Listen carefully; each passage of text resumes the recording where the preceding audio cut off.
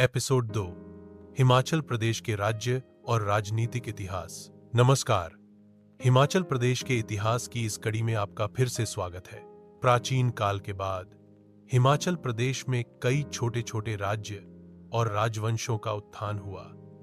इनमें से सबसे प्रमुख थे कतोच राजवंश के शासक, जो लगभग 1773 ईस्वी में पूरे क्षेत्र पर राज करने लगे। हालांकि 1804 में महाराजा रणजीत सिंह के हमले ने कतोच राजवंश की सत्ता को कमजोर कर दिया। इसी अवधि में नेपाल के गोरखा राज्यों ने भी हिमाचल के कुछ हिस्सों पर कब्जा जमा लिया।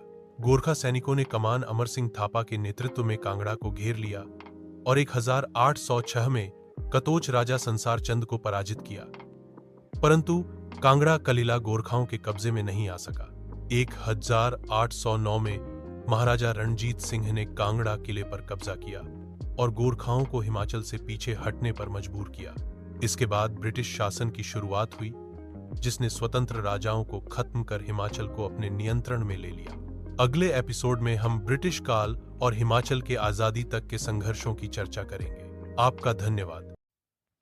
एपिसोड 2 हिमाचल प्रदेश के राज्य और राजनीतिक इतिहास। नमस्कार। हिमाचल प्रदेश के इतिहास की इस कड़ी में आपका फिर से स्वागत है। प्राचीन काल के बाद हिमाचल प्रदेश में कई छोटे छोटे राज्य और राजवंशों का उत्थान हुआ। इनमें से सबसे प्रमुख थे कतोच राजवंश के शासक, जो लगभग 1773 ईस्वी में पूरे क्षेत्र पर राज करने लगे। हालांकि 1804 में महाराजा रणजीत सिंह के हमले ने कतोच राजवंश की सत्ता को कमजोर कर दिया। इसी अवधि में नेपाल के गोरखा राज्यों ने भी हिमाचल के कुछ हिस्सों पर कब्जा जमा लिया। गोरखा सैनिकों ने कमान अमर सिंह थापा के नेतृत्व में कांगड़ा को घेर लिया और 1806 में कतोच राजा संसार चंद को पराजित किया, परंतु कांगड़ा कलिला गोरखाओं के कब्जे में नहीं आ सका।